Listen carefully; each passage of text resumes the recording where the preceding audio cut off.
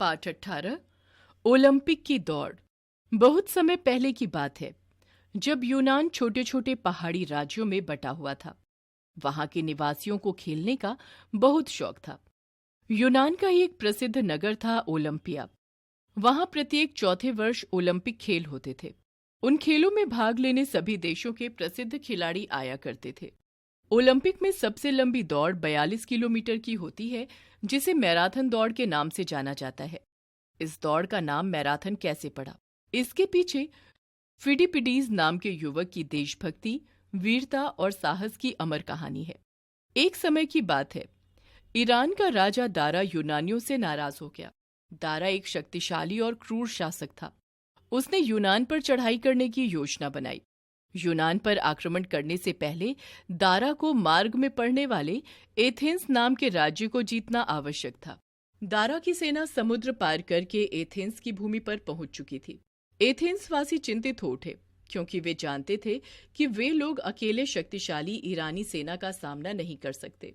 इसके लिए उन्होंने यूनान के शक्तिशाली राज्य स्पार्टा से सहायता मांगने का निश्चय किया।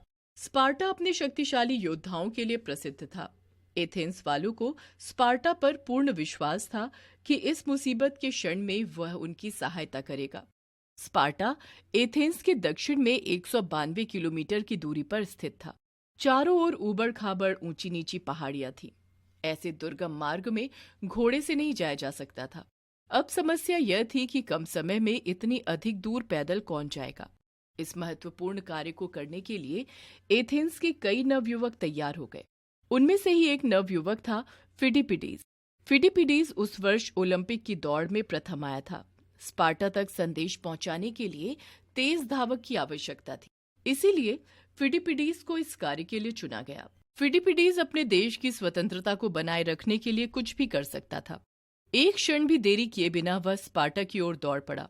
2 दिन 2 रात लगातार दौड़ते दौड़ते वह थककर चूर हो गया। मार्ग में बड़े बड़े पहाड़ों पर चढ़कर और नदियां पार करते करते उसके मन में जैसे ही आराम करने का ख्याल आता, वैसे ही उसके मन में अपने देश के गुलाम होने का ध्यान आ जाता। इसलिए बिना रुके वह भागता रहा। अंत में 48 घंटे से पहले स्पार्टा पहुंचकर फिडिपिडीस ने स्पार्टा वासियों से चिल्लाकर कहा, ईरानी आ गए हैं। समुद्र के किनारे मैराथन के पास उनकी सेना उतर रही है। तुमसे एथेंस वालों ने मदद मांगी है। अगर तुम्हारी मदद न मिली तो एथेंस ही नहीं, सारा यूनान गुलाम हो जाएगा। स्पार्टा वालों, क्या कहते हो? हम चलेंगे। यूनान कभी गुलाम नहीं होगा। हमारी सेना पूर्णमासी तक वहां पहुंच जाएगी। स्पार्टा वालों ने उत्तर दिया। थोड़ी देर आराम करने के बाद साहसी फिडिपिडीस अपने देश की ओर लौट चला। जब एथेंस वालों को स्पार्टा वालों की मदद का संदेश मिला तो वे खुशी से झूम उठे। मैराथन के मैदान में एथेंस और ईरान की सेना का घमासान युद्ध हुआ।